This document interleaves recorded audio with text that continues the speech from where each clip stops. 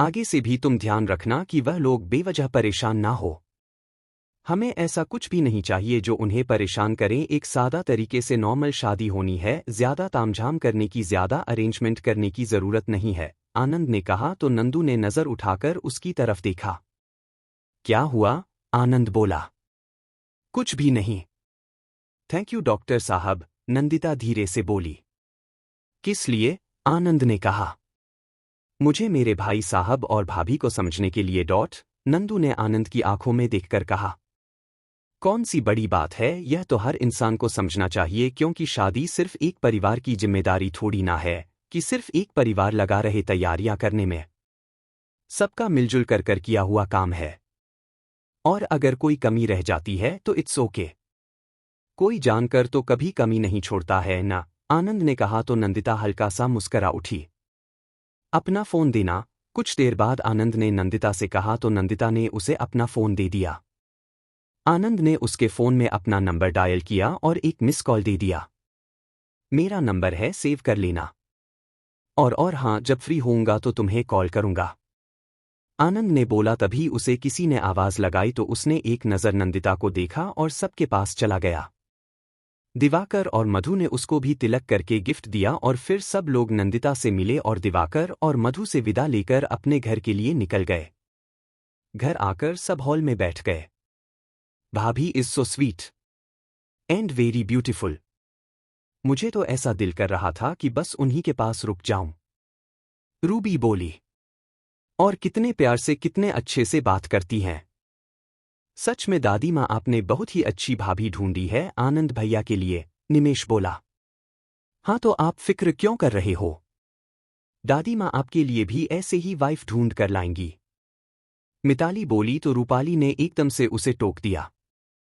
अपने बेटे के लिए लड़की देखने और सिलेक्ट करने का अधिकार मेरा है और इसके लिए लड़की में ही देखूंगी, कोई और नहीं। और ऐसी लड़की ढूंढ कर लाऊंगी जो लाखों में एक हो हर लिहाज से, रूपाली ने फुल एटीट्यूड से कहा। रूपाली तो तुम क्या कहना चाहती हो कि नंदिता परफेक्ट नहीं है? अरुणा बोली। मैंने यह नहीं कहा कि नंदिता परफेक्ट न है। नंदिता अपनी जगह पर परफेक्ट है। पर निमेश मेरा इकलौता बेटा है और उसके लिए लड़की देखने का अधिकार मेरा है, रूपाली बोली। तो इस तरह से तो यह अधिकार संध्या भाभी का था और उन्होंने अधिकार छोड़ दिया, अरुणा बोली। हाँ, उन्होंने अधिकार छोड़ दिया, पर मैं नहीं छोड़ूंगी क्योंकि निमेश मेरा बेटा है और हम सब जानते हैं कि संध्या भाभी ने ये अधिकार क्यों छोड़ा, रूपाली बोली। तो अमृत ने घूर के उसे देखा पर रूपाली का ध्यान ही नहीं था, क्योंकि आनंद पर भाभी से भी ज्यादा और पहले माँ जी का अधिकार है, रूपाली जल्दी में बोल गई। सबने उसे घूर कर देखा तो वही संध्या के चेहरे पर उदासी छा गई। सूरज ने संध्या के हाथ के ऊपर अपना हाथ रख दिया। वही आनंद ने शोभना की तरफ देखा। कभी तो सोच समझकर बोला करो रूपाली, हर समय जो मुंह में आया पटक देती हो, अमृत बोले। अरे मेरा कहने का मतलब वो नहीं था। रूपाली को अपनी गलती का एहसास हुआ तो वो चुप हो गई।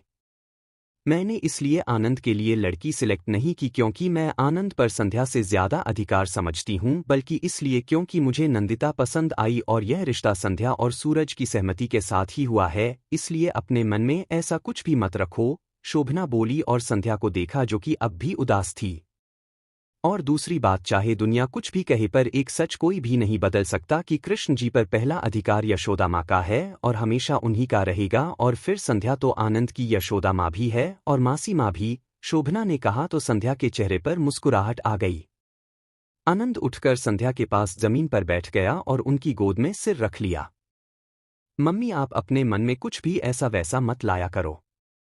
आप मेरे लिए सब कुछ हो, हर रिश्ते से बढ़कर हो आप।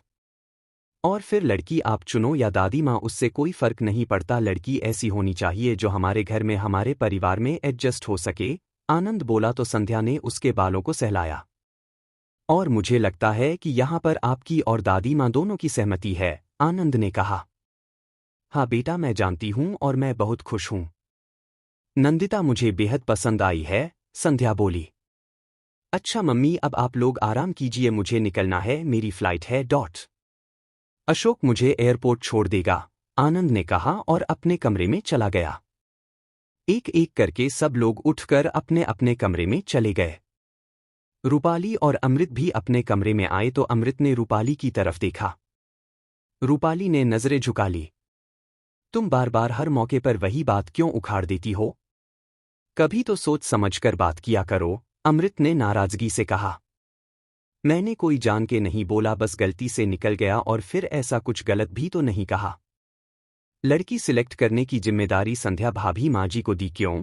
रूपाली बोली तो अमृत ने गहरी सांस ली और गर्दन हिलाई। क्योंकि हम सब जानते हैं कि आनंद को उन्होंने जन्म नहीं दिया, इसीलिए आनंद के लिए वह इतना सोचती ही नहीं है। और आनंद के लिए लड़की देखने की जिम्मेदारी माँ जी को दे दी बिना ऑब्जेक्शन के। देख लेना आप, जब अर्नव की बारी आएगी तब मैं भी देखती हूं कि क्या इसी तरीके से वो माँ जी को जिम्मेदारी देंगी। रूपाली बोली। तुम भी यहां हो और मैं भी यहां हूं। देख लेंगे हम सब। सालों बीत चुके हैं पर आज तक संध्या भाभी के व्यवहार में ना कभी कोई कमी देखी है और ना कभी दिखेगी। आनंद को वह अर्नव से भी ज्यादा प्यार करती हैं और यह हम सब जानते हैं, अमृत बोले और बालकनी में चले। मैं भी यही चाहती हूं पर जरूरी नहीं है जो हम चाहे वही हो। रूपाली खुद से बोली और फिर कबर्ड से अपने नाइट के कपड़े निकालकर वॉशरूम में चली गई। आनंद सबसे मिलकर अशोक के साथ एयरपोर्ट निकल गया। उसकी रात की फ्लाइट थी और उसे वापस दिल्ली जाना था। बाकी सब लोगों ने अगले दिन आने का डिसाइड कर लिया था। वैसे भी अमृत 2 गाड़ियां लेकर आया था तो बाकी लोग बाय रोड वापस दिल्ली जाने वाले थे। नंदिता के घर में भी सब कुछ समेटकर सब थक कर आराम कर रहे थे। नंदिता अपने कमरे में बैठी अपनी उंगली में पहनी आनंद की अंगूठी को देख रही थी। उसके आंखों के आगे बार बार आनंद का चेहरा आ जाता था और उसके गाल गुलाबी हो जाते थे। तभी नेहा आकर उसके पास बैठ गई। नंदिता उसने ख्यालों में खोई हुई थी, उसे नेहा के आने का पता ही नहीं चला। नेहा ने उसे जम के चिकोटी काटी तो नंदू चीख पड़ी। क्या करती है पागल लड़की? नंदू बाह सहलाते हुए बोली। डॉक्टर साहब के सपने देख रही है, वो भी खुली आंखों से। जब से अंगूठी देखे जा रही हो मुस्कुराए जा रही है। तुझे पता भी नहीं चला कि मैं आई हूं।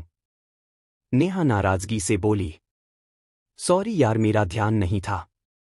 और इस समय रात के 9 बज रहे हैं, यहां क्या कर रही है?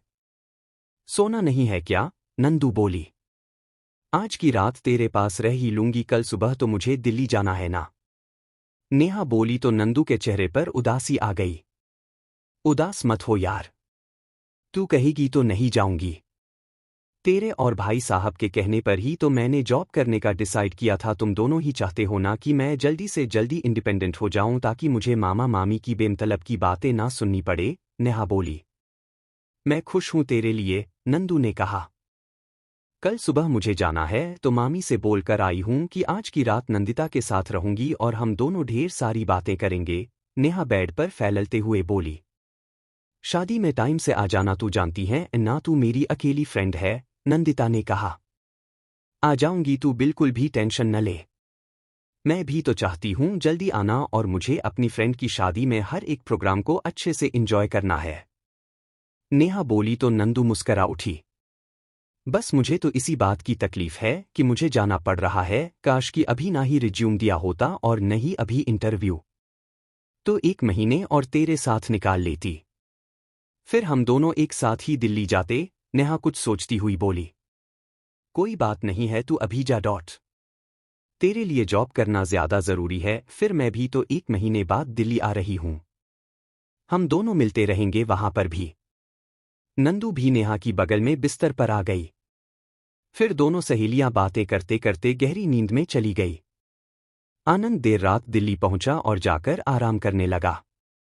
सुबह से ही उसकी सर्जरी थी। इन सब के बीच उसे नंदिता को कॉल करने का या मैसेज करने का ध्यान ही नहीं रहा और वह हॉस्पिटल चला गया। सुबह सुबह नेहा भी रेडी होकर दिल्ली के लिए निकल गई है क्योंकि उसे ज्वाइन करना था। नंदू को कॉलेज नहीं जाना था क्योंकि 1 हफ्ते बाद एग्जाम थे। वो पढ़ाई कर रही थी और बार बार फोन की तरफ देखती पर आनंद का दोपहर तक कोई फोन नहीं आया। दोपहर को वो एनजीओ चली गई पर उसका मन नहीं माना तो उसने आनंद को एक हेलो मैसेज सेंड कर दिया। आनंद बिजी था तो उसने नंदू का मैसेज नहीं देखा। 2 घंटे बाद आनंद ने नंदिता का मैसेज देखा तो उसे समझ आया कि उसने कल से नंदिता से बात नहीं की है। सॉरी नंदिता, बिजी हूं, फ्री होकर कॉल करता हूं। आनंद ने मैसेज का रिप्लाई भेज दिया। नंदिता ने मैसेज देखा और गहरी सांस ली। आनंद रात 11 बजे तक बिजी रहा। अगले दिन उसकी फिर लगातार सर्जरी थी। उसने नंदू को कॉल लगाया तो नंदू ने तुरंत पिक कर लिया। सारी यार, कल बात नहीं कर पाया। पूरे 4 दिन हॉस्पिटल नहीं आया तो कई सारे केस पेंडिंग हो गए थे। केस? नंदू बोली। Case means surgeries, angiography, angioplasty, pacemaker and 2 open heart surgery, Anand बोला। तब तो आप बहुत बिजी रहे होंगे डॉक्टर साहब। सॉरी आपको डिस्टर्ब किया, नंदू ने कहा। काम अपनी जगह है और फैमिली अपनी जगह। और तुम अब मेरी फैमिली का हिस्सा हो Nandita, so no need to say sorry, Anand बोला तो नंदू मुस्करा उठी। आज भी बिजी हूं और हाँ, आज रात न्यूयॉर्क जा रहा हूं 15 दिन के लिए हॉस्पिटल के एक सेमिनार के लिए, तो बात न कर पाऊं पर जब फ्री हुआ कॉल करूंगा, आनंद बोला। नंदिता खामोश रही। Please Nandu, try to understand. हमने तय किया था न कि जल्दबाजी नहीं। हम टाइम देंगे हमारे रिश्ते को, आनंद बोला। जी डॉट, नंदू बोली। Thank you so much, take care. Good day, Anand बोला और कॉल कट कर दिया और तुरंत निकल गया। नंदिता ने फोन देखा और फिर अपना काम करने लगी। शोभना और बाकी लोग भी दिल्ली आ चुके थे और शादी की तैयारियां शुरू हो गई। आनंद दिन भर बिजी रहा और रात को न्यूयॉर्क निकल गया। उसने नंदू को मैसेज कर दिया कि फ्री होकर बात करने का। आनंद 15 दिन के लिए न्यूयॉर्क चला गया है। वहां जाकर वो बिजी हो गया और नंदिता से बात करना और उसे मैसेज करना उसके दिमाग से एकदम से ही निकल गया और वह पूरी तरीके से अपने काम और अपनी मीटिंग और सेमिनार में बिजी हो गया।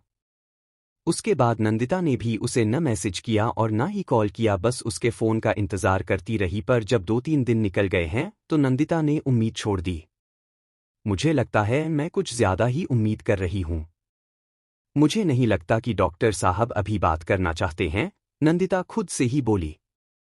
पर क्या वह इतने बिजी हैं कि एक मैसेज भी नहीं कर पाए, नंदिता अपने आप से बोली। हो सकता है। मैं भी क्या बात है लेकर बैठ गई। उनके व्यवहार से तो ऐसा कुछ भी नहीं लग रहा था कि उन्हें कोई भी आपत्ति हो रिश्ते से। जरूर वह बिजी होंगे, नंदिता ने अपने मन को समझा लिया। दिल्ली जाकर नेहा ने कंपनी में ज्वाइन कर लिया और वुमेन्स हॉस्टल में रहने का इंतजाम कर लिया।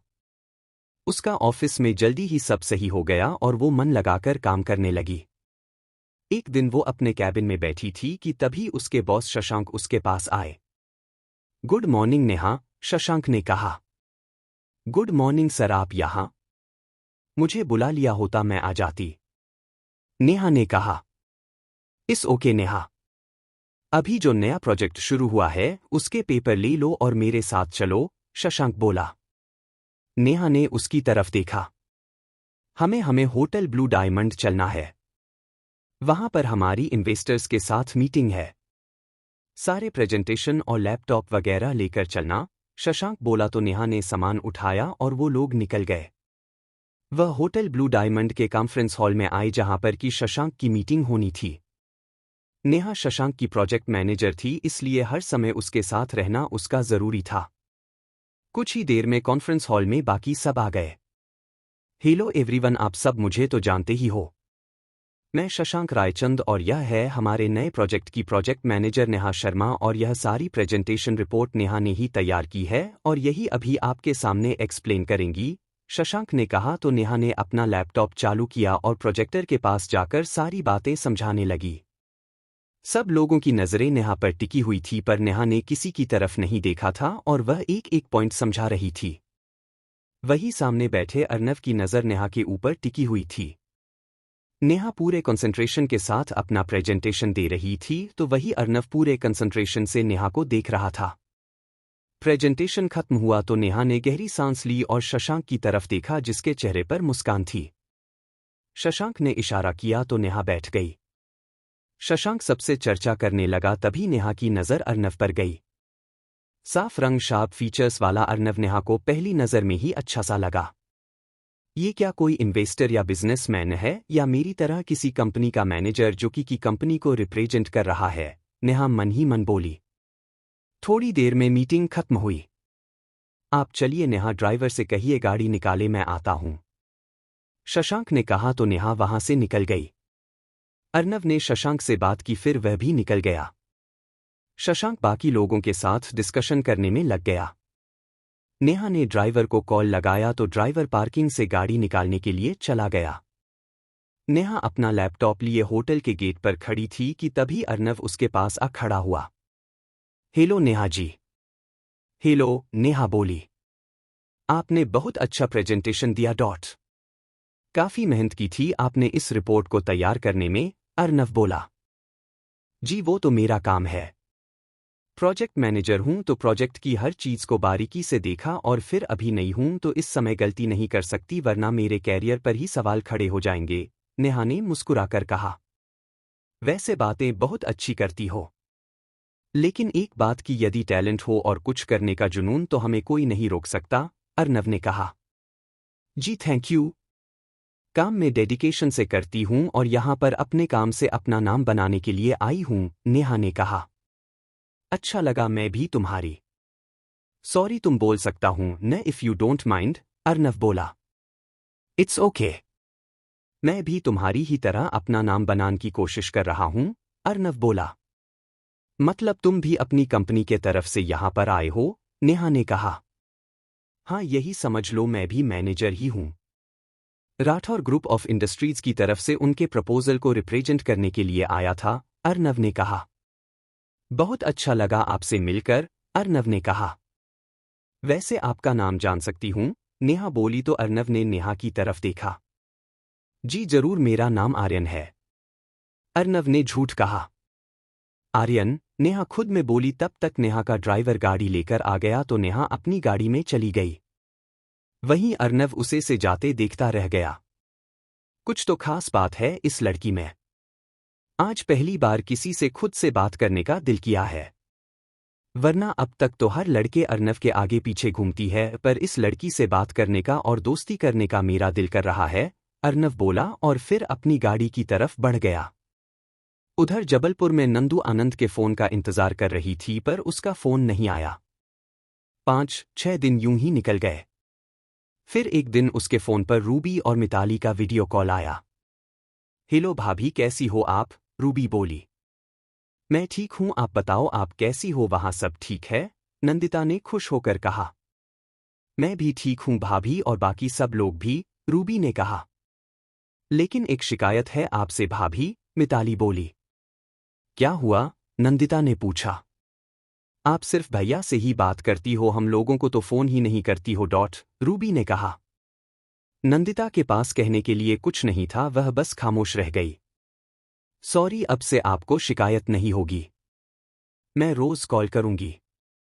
वह मेरे एग्जाम आने वाले हैं ना इसलिए ध्यान नहीं गया, नंदिता ने कहा।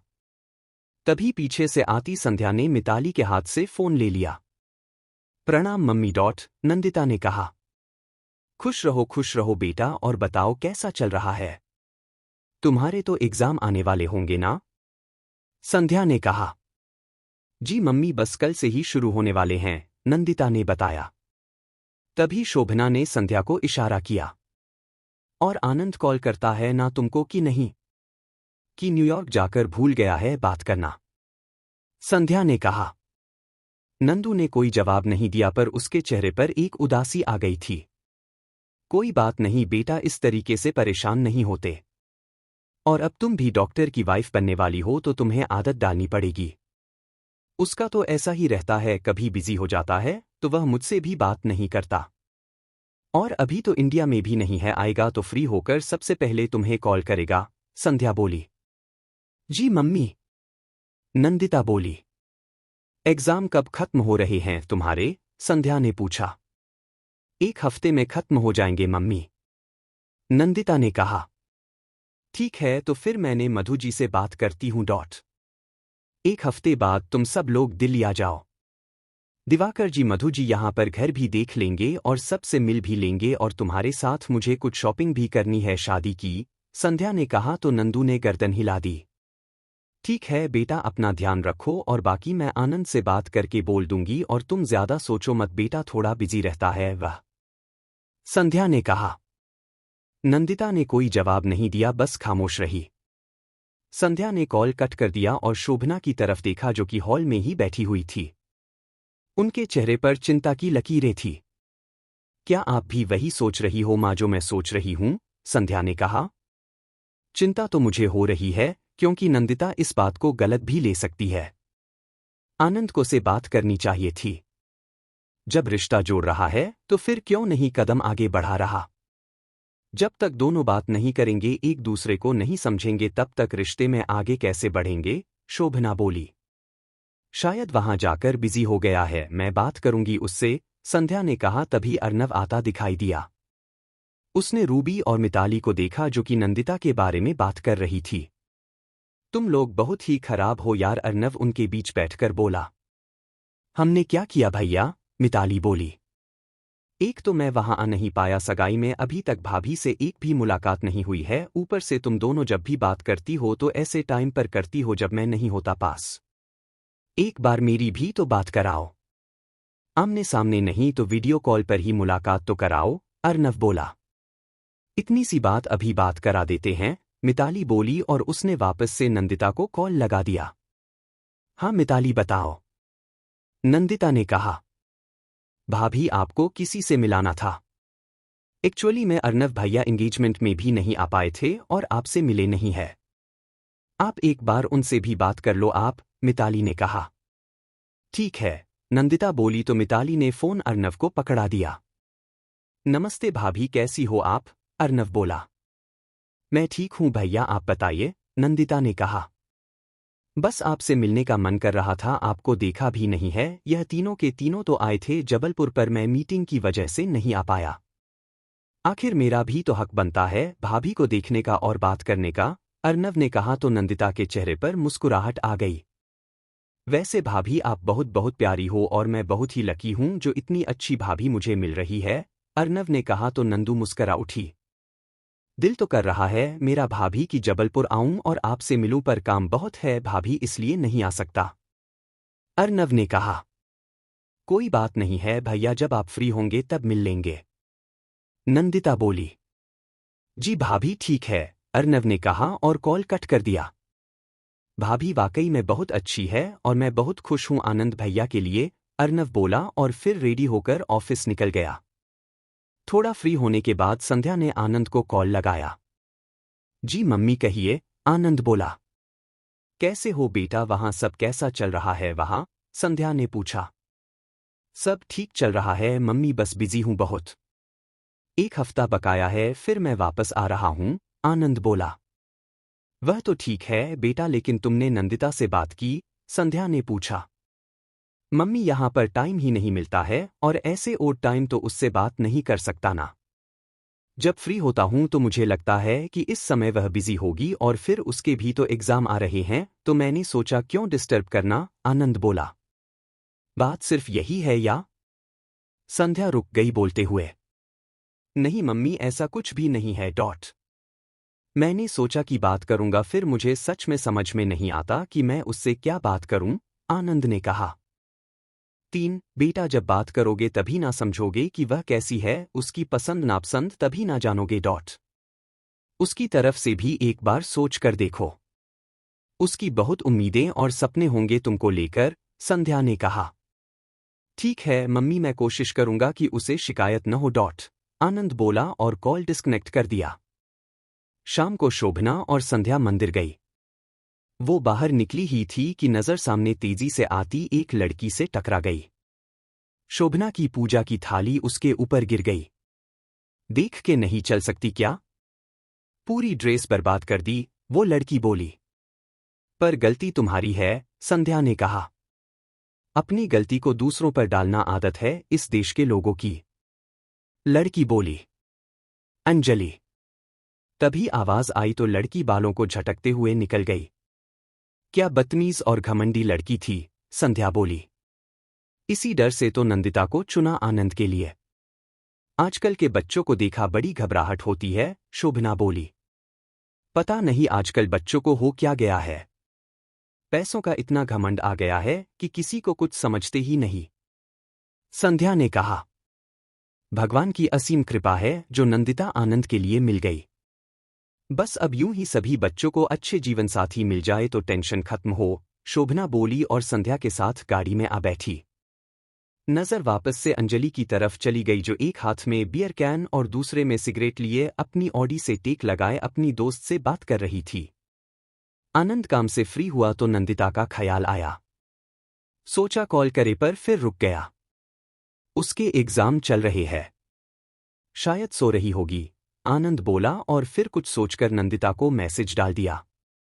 सॉरी नंदिता, अभी बिजी हूं, जैसे ही दिल्ली पहुंचूंगा तुमसे बात करूंगा और उम्मीद है तुम समझने की कोशिश करोगी। आनंद में मैसेज सेंड कर दिया। पता नहीं क्या करूं, क्यों मैं आगे नहीं बढ़ पा रहा हूं। कोशिश करता हूं पर मुझे समझ में नहीं आता कि मैं क्या बात करूं, क्या कहूं। मुझे थोड़ा सा समय चाहिए और मैंने यह बात नंदिता को भी बोली थी पर वह समझ क्यों नहीं रही है, आनंद ने खुद से ही कहा। कुछ देर बाद नंदू ने आनंद का मैसेज देखा तो एक गहरी सांस ली और मैसेज टाइप कर दिया। इट्स ओके डॉक्टर साहब, मैं भी अभी बिजी हूं, मेरे एग्जाम हैं, अब आप दिल्ली आ जाइए, उसके बाद ही बात करेंगे। नंदू ने मैसेज तो कर दिया पर दिल में एक अजीब सी बेचैनी थी। उसे समझ नहीं आ रहा था कि ऐसा कैसे हो सकता है कि आनंद को उससे बात करने का दिल ही नहीं करता। आनंद उसके साथ रिश्ते में इंटरेस्टेड नहीं है। नंदिता मन ही मन सोच रही थी। उसके दिल और दिमाग में हलचल मची हुई थी पर दिवाकर की खुशी और उत्साह देखकर कुछ नहीं कह पा रही थी। ये सिर्फ गलतफहमी है। मैं कुछ ज्यादा ही सोच रही हूं। रिश्ता अच्छा है और डॉक्टर साहब भी अच्छे हैं। मुझे यूं नहीं सोचना चाहिए, नंदू खुद से बोली और फिर अपनी पढ़ाई में लग गई। संध्या और सूरज ने दिवाकर मधु से बात कर ली थी और अगले हफ्ते नंदिता के एग्जाम खत्म होते ही उन्हें दिल्ली आने को बोला था ताकि वह लोग घर भी देख ले और फिर नंदिता के लिए शादी की शॉपिंग भी हो जाए। सूरज संध्या चाहते थे कि जेवर और कपड़े नंदिता के हिसाब से ही और उसकी पसंद से खरीदे जाएं। मधु, मैं टिकट बुक कर ले रहा हूं, अगले हफ्ते नंदू के एग्जाम खत्म होते ही हम लोग चलेंगे। वो लोग 2-3 बार बोल चुके हैं। अब मना करना तो इस तरीके से ठीक नहीं रहेगा। फिर अब तो शादी के ज्यादा दिन भी नहीं हैं। एक बार वहां का काम निपटा के आ जाए फिर हमें यहां भी तैयारियां शुरू करनी है।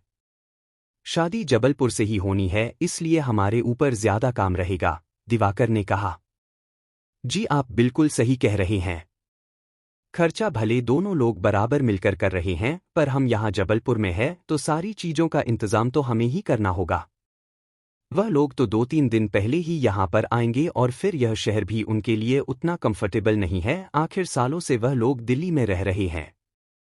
रिसोर्ट प्लानर जो भी करना है वह सब कुछ हमें ही करना होगा, मधु ने कहा। इसीलिए तो कह रहा हूं 2 दिन के लिए दिल्ली चलते हैं और वहां पर जाकर नंदिता की शॉपिंग करवा लाएंगे और हम भी दिल्ली से उनको देने के लिए गिफ्ट कपड़े वगैरह सब ले आएंगे, दिवाकर बोले। अच्छा ठीक है, फिर एक काम और कीजिए, आप उनके घर के आसपास में कोई होटल बुक कर लीजिए हम लोगों के रुकने के लिए, मधु ने कहा। ठीक है, यह तुमने सही कहा। अब तो 2 दिन रुकना है तो रुकने का इंतजाम भी तो करना पड़ेगा। मैं आज ही टिकट और होटल रूम दोनों ही बुक कर देता हूं, दिवाकर बोले और फिर बुकिंग करने लग गए। नंदिता अपनी पढ़ाई करने लगी हुई थी। दिवाकर और मधु की खुशी को देखते हुए उसने आनंद के व्यवहार को इग्नोर कर दिया। उसे वैसे भी समझ नहीं आ रहा था कि आनंद वाकई में बिजी है या उसे जानकर अवॉइड कर रहा है। पर जो भी हो, कुल मिलाकर नंदिता को यह सब चीजें हर्ट कर रही थी, पर जैसे कि उसकी आदत थी तुरंत ही रिएक्ट नहीं करती थी इसलिए शांत रही और उसने पूरा ध्यान अपने एग्जाम पर लगा दिया। देखते ही देखते एक हफ्ता निकल गया और दिवाकर और मधु नंदिता को लेकर दिल्ली के लिए निकल गए। उधर न्यूयॉर्क में आनंद का भी सेमिनार खत्म हुआ और उसने भी अगले दिन के दिल्ली आने की टिकट करा लिए। दिवाकर ने अपने आने के बारे में राठौर परिवार को सूचना दे दी थी। माला, गेस्ट रूम रेडी कर दो दिवाकर जी और मधु के लिए, और हाँ नंदिता का इंतजाम मेरे कमरे में कर देना। वैसे तो घर में और भी कमरे खाली हैं पर मैं चाहती हूं कि नंदिता मेरे साथ रुके, शोभना ने कहा। जी माँ जी कर दूंगी, माला बोली और चली गई। माँ आप क्यों परेशान हो रही हो, घर में और भी तो कमरे खाली हैं, नंदिता को दूसरे कमरे में भी तो रुका सकते हैं, संध्या ने कहा। नहीं बेटा, मैं चाहती हूं कि उसे अपने साथ रखूं। सगाई हुए 15 दिन निकल चुके हैं। तुम्हें और मुझे भी पता है इन 15 दिनों में आनंद का व्यवहार नंदिता के लिए कैसा रहा है, शोभना ने कहा तो संध्या ने उनकी तरफ देखा। मैं मानती हूं कि आनंद बिजी है, पर नंदिता से बात ना करने का कारण उसकी व्यस्तता नहीं है। बात कुछ और भी है। वह नंदिता की तरफ अपने कदम नहीं बढ़ाना चाहता। क्या कारण है यह तो मैं नहीं जानती, पर इस सब चीजों से नंदिता को तकलीफ जरूर हुई होगी, शोभना बोली तो संध्या भी सोच में डूब गई। और वह मेरे साथ रहेगी तो मैं उसे जानने और समझने की कोशिश करूंगी। क्या वह वाकई में हर्ट हुई है या वह भी सोचती है कि आनंद बिजी है। दोनों के रिश्ते में सब कुछ ठीक रहे इसके लिए कुछ कोशिश हम सबको भी करनी होगी, शोभना बोली। ठीक है माँ, वैसे उन्होंने होटल में बुकिंग करा ली है, संध्या बोली। तो क्या हो गया, बुकिंग कैंसिल भी तो हो सकती है। अब इस शहर में आ रहे हैं तो हमारा घर होते हुए होटल में क्यों रुकेंगे, शोभना बोली और अर्नव की तरफ देखा। अर्नव, निमिष तुम लोग उन लोगों को स्टेशन से ले आना और हाँ, उन्हें सीधे घर लेकर आना है, किसी होटल वगैरह में छोड़ने की जरूरत नहीं है, शोभना बोली।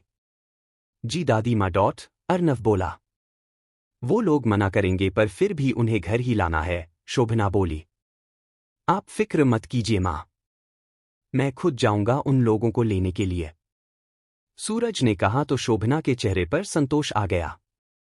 हाँ बेटा, मेरी तो यही इच्छा थी कि तुम या अमृत ही जाओ, पर मुझे लगा शायद तुम लोग बिजी होंगे इसलिए मैंने बच्चों से बोल दिया, शोभना ने कहा। नहीं माँ, मैं कितना भी व्यस्त क्यों न हूं पर वह हमारे नए रिश्तेदार हैं, उन्हें समय तो देना ही होगा ना, और उन्हें भी अच्छा लगेगा अगर मैं खुद जाऊंगा। आप बिल्कुल भी चिंता मत कीजिए, मैं उन्हें सीधा घर ही लेकर आऊंगा, सूरज ने कहा। ठीक है, शोभना बोली। अगले दिन सुबह दिवाकर और मधु दिल्ली पहुंचने वाले थे और देर रात तक आनंद दिल्ली आ रहा था। आनंद सेमिनार से फ्री हुआ तो उसने नंदिता को कॉल लगाया, पर नंदिता उस समय ट्रेन में थी तो उसका फोन नेटवर्क एरिया में नहीं था।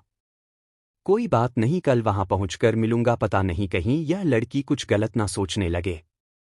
मैं जानकर किसी को हर्ट नहीं करना चाहता, ना ही दादी माँ को और ना ही नंदिता को। पर क्या करूं, एक तो इतना बिजी था, दूसरा पता नहीं क्यों। कहते कहते आनंद रुक गया और अपनी पैकिंग करने लगा।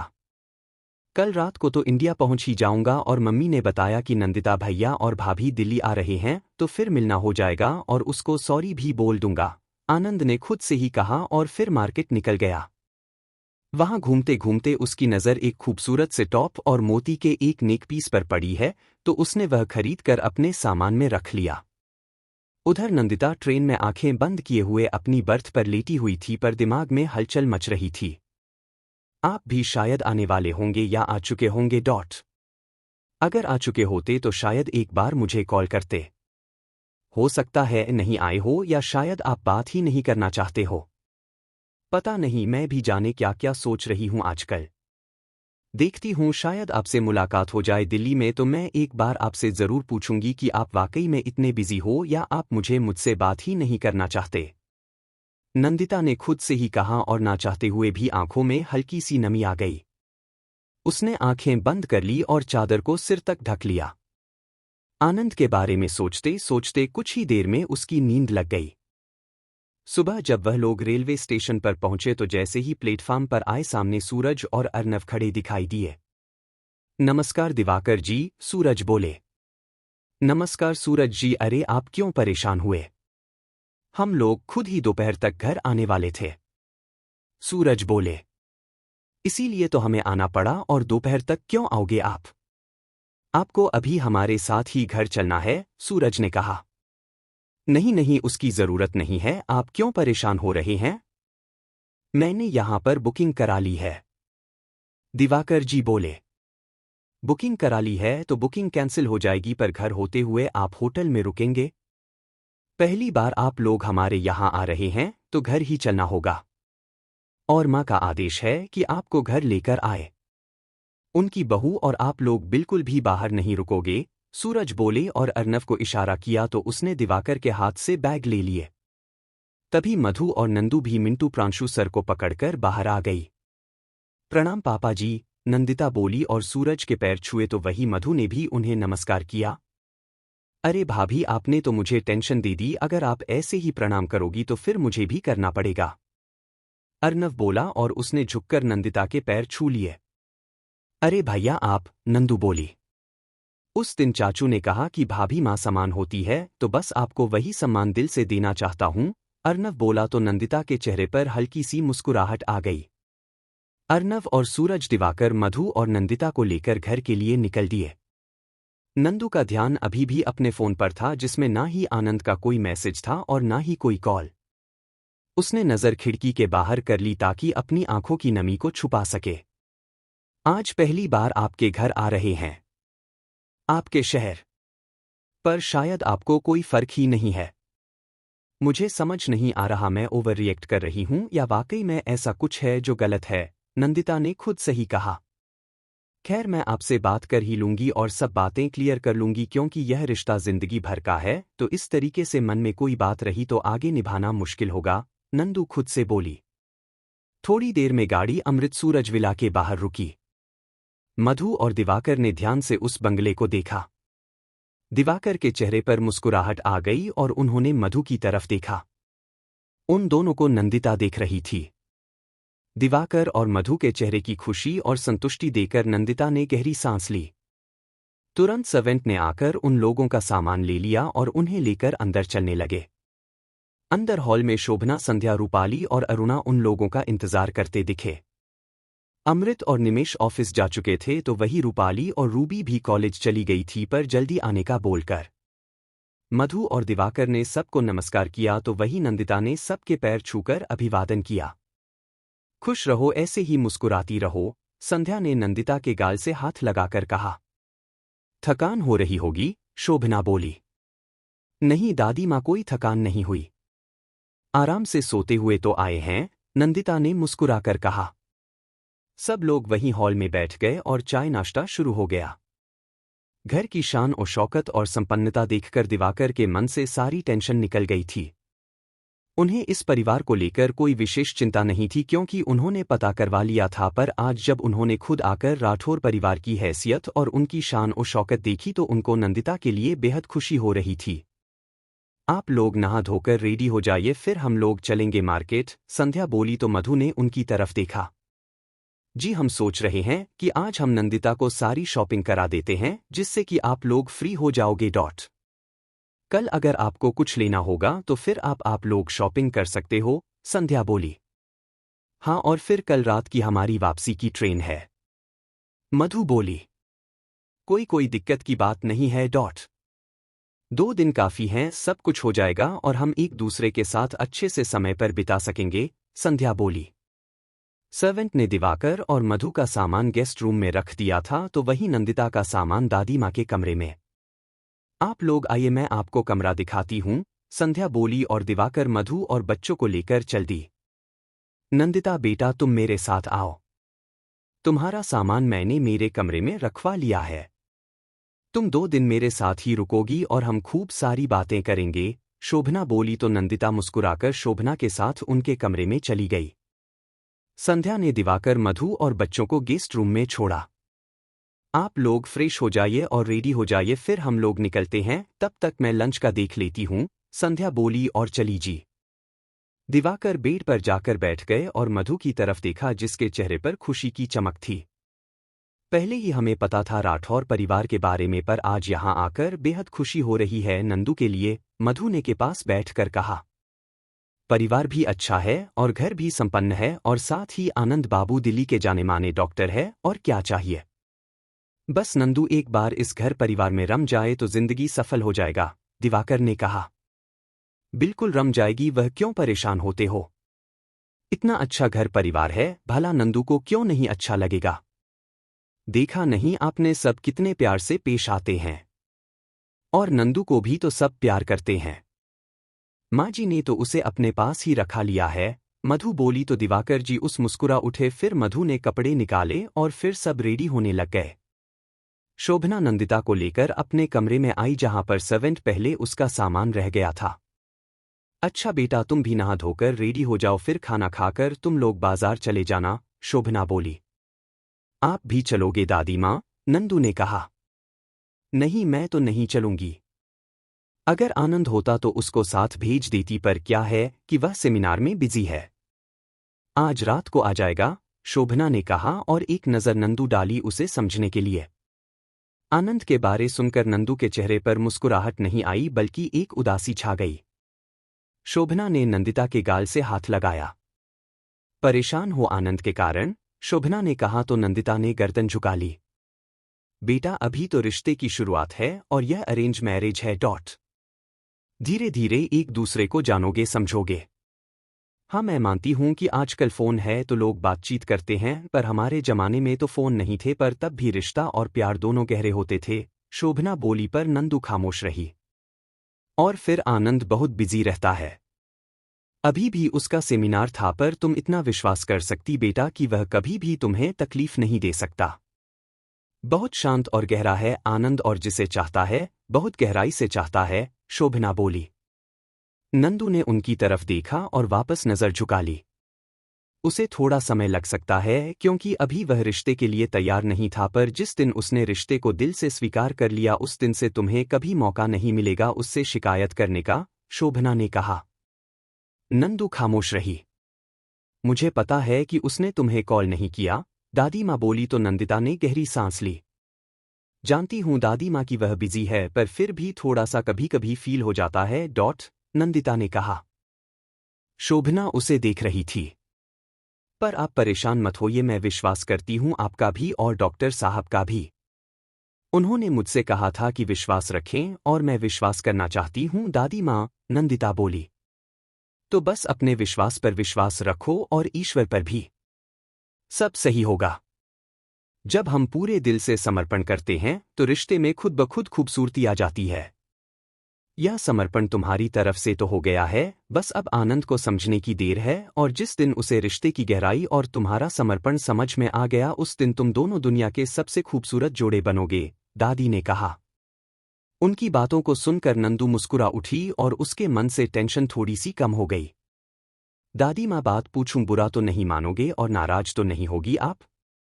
नंदिता ने शोभना का हाथ अपने हाथों के बीच लेकर कहा। दादी माँ, बात पूछूं, बुरा तो नहीं मानोगे और नाराज तो नहीं होगी आप? नंदिता ने शोभना का हाथ अपने हाथों के बीच लेकर कहा। पूछो ना बेटा। दादी बोलती हो फिर भी डर रही हो, शोभना बोली। डॉक्टर साहब ने इस रिश्ते के लिए अपने दिल से हाँ कही है ना? मतलब वो खुश है? क्या वो किसी और को कहते हुए नंदिता रुक गई और उसने नजरें भी झुका ली। शोभन ने नंदिता को देखा और फिर उसके सिर पर हाथ रखा। उसकी जिंदगी में कोई नहीं है और रिश्ता उसकी मर्जी से हो रहा है। मेरी बात पर विश्वास रखो, तुमको डरने की जरूरत नहीं, शोभना बोली।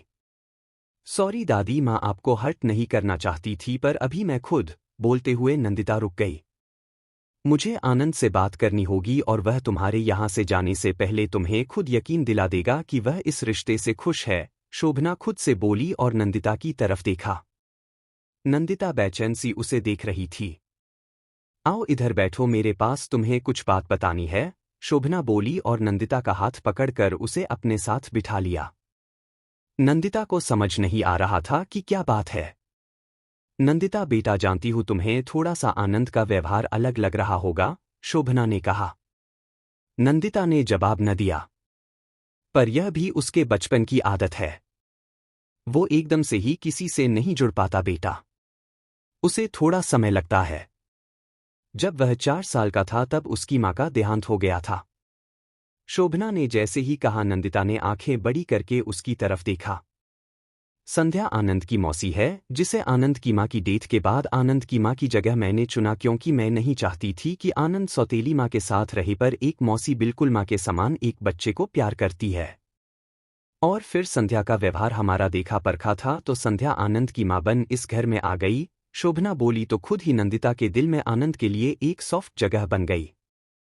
आनंद अपनी मौसी को बहुत चाहता था, बावजूद इसके आनंद के लिए संध्या को माँ स्वीकार करना आसान नहीं था। काफी समय लगा उसे संध्या को अपनी माँ मानने में, और इस समय वह मेरे पास ही रहता था, मेरे पास ही सोता था, मेरे हाथ से ही खाना खाता था। उसने संध्या को हमेशा मौसी माना और उसके बालमन ने उसे माँ स्वीकार नहीं किया 1 साल तक, शोभना बोली। अर्नव का जन्म हुआ तो आनंद अपने भाई के प्यार के लिए संध्या के पास बैठने लगा। अर्नव से बहुत प्यार करता है और उसे खिलाने के लिए वो संध्या के कमरे में रुकने लगा। धीरे धीरे जब संध्या ने कोशिश की और उसका व्यवहार आनंद के लिए बहुत ही अच्छा रहा तो आनंद ने उसे अपनी मां स्वीकार कर लिया और उसके बाद उन मां बेटे का रिश्ता इतना गहरा हुआ जितना कि अर्नव और संध्या का भी नहीं है, शोभना ने कहा। नंदिता इमोशनल होकर उनकी बातें सुन रही थी। ठीक उसी तरीके से बेटा, अभी वो एकदम से शादी के लिए तैयार नहीं था, पर मैं तुम्हारे जैसी प्यारी बच्ची को खोना नहीं चाहती थी, इसलिए मैंने उससे शादी करने के लिए बोल दिया। उसने आज तक कभी मेरी और संध्या की बात नहीं टाली है, तो मना करने का तो सवाल ही नहीं उठता था, शोभना बोली। तो नंदू ने गहरी सांस ली। पर मेंटली प्रिपेयर होने के लिए अभी उसे शायद थोड़ा समय चाहिए। जानती हूं शायद तुमसे भी उसने यही कहा होगा, शोभना बोली। तो नंदिता ने गर्दन हिला दी। जी दादी माँ, नंदू बोली। इसका मतलब यह बिल्कुल भी नहीं है कि वह इस रिश्ते से खुश नहीं है या वह तुम्हारे साथ शादी नहीं करना चाहता। बस बात यही है कि अभी तक उसने शादी के बारे में नहीं सोचा था, इसलिए उसे इस बात को स्वीकार करने में और तुम्हारे साथ एडजस्ट होने में थोड़ा सा समय लग रहा है। और कोई भी बात नहीं है बेटा, इसलिए अपने मन पर कोई भी बोझ मत रखो। एक बार तुम इस घर में आ जाओगी उसके बाद सब सही हो जाएगा। जब तुम दोनों दिन रात साथ में रहोगे तो जल्दी ही वह इस रिश्ते को भी स्वीकार कर लेगा और तुम्हें प्यार भी करने लगेगा, और वो भी बहुत गहरा। शोभना ने नंदू के गाल से हाथ लगाया तो नंदू का चेहरा गुलाबी हो गया। थैंक यू दादी माँ, आपने मुझे इस लायक समझा कि उनकी जिंदगी का इतना बड़ा सच आपने मुझे बताया, नंदिता बोली। हालांकि मैं अभी ऐसा कुछ भी बताना नहीं चाहती थी, क्योंकि कहीं ना कहीं इस सच की और इस बात की चर्चा करने से संध्या को अजीब लगता है। वह आनंद को मां से बढ़कर प्यार करती है, पर फिर भी उसके और आनंद के रिश्ते पर सवाल उठ जाता है तो वह हर्ट हो जाती है। पर आज जरूरी था ताकि तुम आनंद की मानसिक स्थिति को समझ सको। जितना जरूरी संध्या और आनंद का रिश्ता है, उतना ही जरूरी तुम्हारा और आनंद का भी, शोभना ने कहा। जी दादी माँ, नंदू बोली। पर एक वादा मैं तुमसे चाहती हूं बेटा, शोभना ने कहा। जी दादी माँ, नंदू ने उनकी तरफ देखा। यह सच सिर्फ तुम तक ही रहेगा, क्योंकि जितने लोगों तक यह सच जाएगा इतने लोग सच को अलग अलग तरीके से प्रस्तुत करें, गलत तरीके से प्रेजेंट करेंगे। और कभी आनंद और संध्या के सामने किसी ने गलत तरीके से बोल दिया तो दोनों को ही तकलीफ हो जाएगी, और तुम्हारे लिए आनंद और संध्या यह दोनों रिश्ते बहुत ही महत्वपूर्ण है, शोभना बोली। नंदू बस उन्हें समझने की कोशिश कर रही थी। मैं नहीं चाहती कि किसी कारण से तुम तीनों के बीच कोई तनाव आए, शोभना आगे बोली। आप मेरी तरफ से निश्चिंत रहिए, यह बात मुझ तक ही रहेगी। यह सब जान के भी मैं अनजान हूं दादी माँ, मेरे मुंह से कभी इस बारे में कुछ नहीं निकलेगा। किसी तीसरे की तो बात ही नहीं कह रही मैं, यहां तक कि डॉक्टर साहब और मम्मी जी के सामने भी कभी मैं ऐसा कुछ नहीं कहूंगी कि वो हर्ट हो, नंदू बोली। मुझे तुमसे यही उम्मीद थी बेटा, और इन्हीं सब के चलते मैंने इस घर के लिए तुम्हें चुना है, क्योंकि मैं जानती हूं कि तुम्हारे अंदर वह क्वालिटी है जो हर किसी को बांध कर रखती है, शोभना ने कहा। उसके बाद नंदिता ने कोई सवाल नहीं किया। उसके दिल से आनंद के लिए भी सारी नाराजगी और टेंशन खत्म हो गई थी। आनंद के बारे में शोभना ने जो कुछ बताया उससे उसे समझ में आ गया था कि आनंद को थोड़ा समय लगेगा उससे जुड़ने में, और इसलिए अब उसके मन में कोई भी नेगेटिव बात नहीं थी। लंच के बाद संध्या और सूरज उन लोगों को लेकर मार्केट निकल गए। पूरा दिन वह लोग शॉपिंग करते रहे। संध्या ने एक एक चीज नंदिता की पसंद की खरीदी। शादी में पहनने के लिए लहंगा, साड़ियां, ज्वेलरी, हर कुछ नंदिता की पसंद से दिलाया, और संध्या और सूरज का प्यार देखकर नंदिता का दिल भर आया, और उसके मन से आनंद के लिए भी जो थोड़ी बहुत नाराजगी थी वह खत्म हो गई। शॉपिंग होते होते शाम हो गई तो सब लोग घर के लिए निकल गए। घर पर आकर संध्या ने सारा सामान रखवा दिया और फिर सब हॉल में बैठकर बातचीत करने लगे। पूरा परिवार दिवाकर और मधु से बेहद ही प्यार से और अच्छे से बातचीत कर रहा था, जो कि उनके अच्छे संस्कारों को दिखा रहे थे। रूबी और मिताली कॉलेज से लौटी ऐसे ही नंदिता को उन्होंने घेर लिया और अपने कमरे में ले गई, और उसके बाद उनकी कभी न खत्म होने वाली बातें शुरू हो गई। निमिष और अर्नव भी ऑफिस से जल्दी आ गए, और वह लोग भी रूबी मिताली के साथ नंदिता से बातचीत करने में बिजी हो गए। सबसे मिलकर और सबसे बातचीत करके नंदू बहुत ही ज्यादा खुश थी। अब उसे इंतजार था अपने डॉक्टर साहब के आने का। डिनर के बाद सब लोग अपने अपने कमरे में सोने चले गए तो वही नंदिता वापस से शोभना के साथ उनके कमरे में आ गई। तो कैसी रही शॉपिंग, सब अपनी पसंद का लिया ना? दादी माँ ने नंदिता के पास बैठकर कहा। जी दादी माँ, सब कुछ मेरे पसंद का ही है। मम्मी जी और पापा जी ने सब कुछ मेरी पसंद का ही दिलवाया है, नंदिता बोली। अच्छा तुम थक गई होगी, आराम करो। आनंद भी रात तक आ जाएगा, अब उससे मुलाकात तो सुबह ही हो पाएगी तुम्हारी, शोभना ने कहा तो नंदिता ने गर्दन हिला दी पर उसके चेहरे पर एक गुलाबी मुस्कुराहट आ गई थी जिसे देखकर सोमना के चेहरे पर मुस्कान आ गई। चलो अब आराम करो, काफी रात हो गई है और तुम थक गई होगी, पूरा दिन हो गया तुम्हें घूमते घूमते डॉट। शोभना ने कहा तो नंदिता उनके पास उनके ही बिस्तर पर लेट गई और आंखें बंद कर ली। शोभना ने एक नज़र उसकी तरफ देखा और फिर लाइट्स ऑफ कर दी। जानती हूं मैंने आज तुम्हें समझा दिया है और आनंद के बारे में काफी कुछ बताया है, पर एक सच से अभी भी तक तुम अनजान हो और वह सच मैं तुम्हें नहीं बता सकती और ना ही मैं चाहती हूं कि वह सच कभी तुम्हारे सामने आए। बस जल्दी से जल्दी आनंद पुरानी बातों को भूल जाए और इस रिश्ते को दिल से स्वीकार कर ले तो सब सही हो जाएगा। शोभना ने नंदू का सिर सहलाया कि ने मन ही मन सोचा तो नंदू भी उससे लिपट के सो गई। आनंद के साथ साथ तुम भी मेरी अपनी हो और मैं तुम्हारे साथ भी गलत नहीं होने दूंगी। तुम्हारी खुशियों और आनंद के साथ सुखी जीवन की जिम्मेदारी भी मेरी है और मुझे अब आनंद को संभालना है ताकि सब सही रहे, शोभना खुद से बोली। नंदिता के दिल से आनंद के लिए सारी नाराजगी खत्म हो गई थी और वह निश्चित होकर सो गई। वही आनंद रात को 2 बजे घर पहुंचा और अपने कमरे में जाने को हुआ कि तभी संध्या आ गई। मम्मी आप अब तक सोए नहीं, आनंद ने कहा। बस नींद नहीं आई, संध्या बोली। मैंने कहा तो था आराम से सो जाएगा, मुझे आने में देर हो जाएगी पर आप हमेशा यूं ही मेरे और अर्नव के लिए जागती हो, आनंद बोला डॉट। जब तक बेटा घर पर न आ जाए तब तक तो माँ को नींद कैसे आएगी, संध्या ने उसके गाल से हाथ लगाकर कहा। चलिए अब तो मैं आ गया हूं ना, अब आप जाकर सो जाइए, मैं भी बहुत थक गया हूं तो रेस्ट करूंगा, आनंद ने कहा। ठीक है बेटा जाओ, संध्या ने कहा तो आनंद अपने रूम में चला गया। संध्या भी अपने कमरे में चली गई। आनंद ने कमरे में आकर चेंज किया और बिस्तर पर लेट गया। फोन खोला और नंदू की फोटो देखने लगा। आज तो नंदिता और भैया भाभी भी आ गए होंगे। मिलूं क्या उससे, आनंद खुद से बोला। अब इस समय तो क्या मिलूंगा, सुबह मिलता हूं और फिर नंदिता को सॉरी भी तो बोलना है, मैंने शायद उसे हर्ट कर दिया है इस बार, आनंद खुद से ही बोला। पर करूं भी तो क्या करूं, अजीब सी दुविधा में फंसा हुआ हूं, आनंद बोला और फिर आंखें बंद कर ली। थोड़ी देर में उसकी भी नींद लग गई।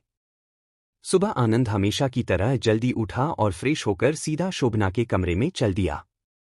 उसकी हमेशा से आदत थी कि जब भी वह बाहर से वापस लौटता था तो शोभन से मिलता था। अगर रात को लेट लौटे तो ऐसी स्थिति में वह हमेशा सुबह उठकर सीधे शोभना के कमरे में जाता था। शोभना उठकर नहाकर बालकनी में चली गई थी और माला जप कर रही थी, उसके बाद वह मंदिर में पूजा करती है। नंदिता वॉशरूम में थी। आनंद कमरे में आया और आकर बैठ गया। उसे लगा कि शोभना वॉशरूम में है तो वह शोभना के बाहर आने का इंतजार करने लगा। थोड़ी देर बाद बाथरूम का दरवाजा खुला तो आनंद ने नजर उठाकर देखा और सामने नंदिता को देख उसका मुंह खुला का खुला रह गया। हरे और गुलाबी रंग के कॉम्बिनेशन में खूबसूरत सा सूट पहने गीले बालों को कंधों पर फैलाए सामने नंदिता खड़ी थी। नंदिता ने भी आनंद को देखा तो उसके चेहरे पर मुस्कुराहट आ गई और वो एकदम से झेंप गई। एक तो उसने दुपट्टा भी नहीं ले रखा था, दूसरे उसके कपड़े भी गीले बालों के कारण गीले हो रखे थे। नंदिता ने जल्दी से नजरें झुका ली। आनंद कुछ पल उसे देखता रहा। नंदिता इस समय बेहद खूबसूरत लग रही थी। उसके चेहरे और माथे पर पानी की बूंदें चमक रही थी और उसके लंबे बालों से भी पानी टपक रहा था। उसका गोरा चेहरा एकदम दमक रहा था और होठों की रंगत कुछ ज्यादा ही गहरी लग रही थी। नंदिता के तो मानो कदम ही नहीं उठ रहे थे। उसका दुपट्टा ठीक आनंद के पास ही रखा हुआ था। नंदिता को जब खुद पर आनंद की नजरें महसूस हुई तो वो एकदम से पलटकर खड़ी हो गई। आप कब आए डॉक्टर साहब, नंदिता ने धीरे से कहा तो आनंद भी मानो होश में आया और उठ खड़ा हुआ। बस अभी अभी। सॉरी, मुझे पता नहीं था कि तुम भी यहाँ पर हो, मैं बस दादी माँ से मिलने आ गया था। आनंद बोला। तभी उसकी नज़र अपने हाथ के पास रखे नंदू के दुपट्टे पर गई। उसने नंदिता को देखा, जिसका कुर्ता गीले बालों के कारण पीठ से चिपक गया था और जिस कारण उसके अंदर के कपड़े भी दिख रहे थे। आनंद ने गहरी सांस ली और दुपट्टा उठाया और नंदिता की तरफ चल दिया। आनंद को अपने करीब आने की आहट महसूस करते ही नंदू धड़कन बढ़ गई।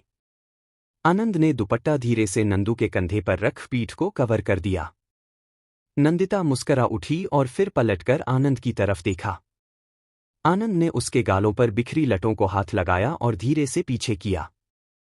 मैं रात को 2 बजे आ गया था, पर उस समय तुमसे और भैया भाभी से मिलना ठीक नहीं लगा, इसलिए नहीं मिला। पर मुझे पता नहीं था कि तुम दादी माँ के साथ रुकी हो, आनंद ने कहा। वह दादी माँ ने कहा कि वह मुझे अपने साथ रखना चाहती हैं, इसलिए नंदिता ने कहा। अच्छा है, आनंद बोला। तभी नंदू की वो लटें फिर से गाल पर आ गई। आनंद ने सिर हिलाया और वापस से उसमें उंगली फंसा पीछे कर दी। ये बार बार बीच में आ रही है, आनंद बोला तो नंदू ने उसे एक नज़र देख पलके झुका ली। नंदिता खामोश हो गई, उसे कुछ समझ नहीं आ रहा था कि क्या बोले कि तभी आनंद बोल उठा। मुझे तुमसे कुछ बात करनी थी। आनंद अभी कह ही रहा था कि तभी शोभना कमरे में आ गई। अरे आनंद बेटा, आ गए तुम? शोभना आनंद को देखकर बोली। जी दादी माँ, आनंद बोला और जाकर दादी माँ को गले लगा लिया। इस बार बहुत याद कर रही थी तुमको। शोभना ने कहा। जी दादी माँ, मैंने भी आपको बहुत मिस किया। रात को भी मन कर रहा था कि आपके पास आ जाऊं, पर मैंने सोचा कि आपकी नींद खराब होगी। खैर, अच्छा ही हुआ जो मैं नहीं आया। आपके बेड पर तो वैसे भी मेरे लिए जगह नहीं थी। आपने मेरी जगह नंदिता को जो दे दी थी, आनंद ने शोभना से कहा और नंदिता की तरफ देखा, जिसने आनंद की बात सुनकर पलके झपकाई। अच्छा हुआ जो तू नहीं आया, वरना तुझे फिर जाना पड़ता है वापस। तेरी जगह पर कल नंदिता थी मेरे पास, शोभना बोली। अरे पर ये तो गलत है ना दादी माँ। आपको पता है कि जब भी मैं रात को वापस आता हूं तो अक्सर ही आपके पास आकर सो जाता हूं। और अगर कल मैं गलती से आपके पास आ जाता तो कहते कहते आनंद रुक गया। तुम गलती से कमरे में आ सकते थे, पर गलती से भी तुमसे गलती नहीं हो सकती, जानती हूं मैं। चलो अब पूजा करने के लिए बाहर चलते हैं, सब इंतजार कर रहे होंगे, दादी ने कहा। दादी माँ, आप लोग आ जाइए, मैं बाहर इंतजार करता हूं, आनंद बोला और नंदिता को एक नज़र देख बाहर निकल गया।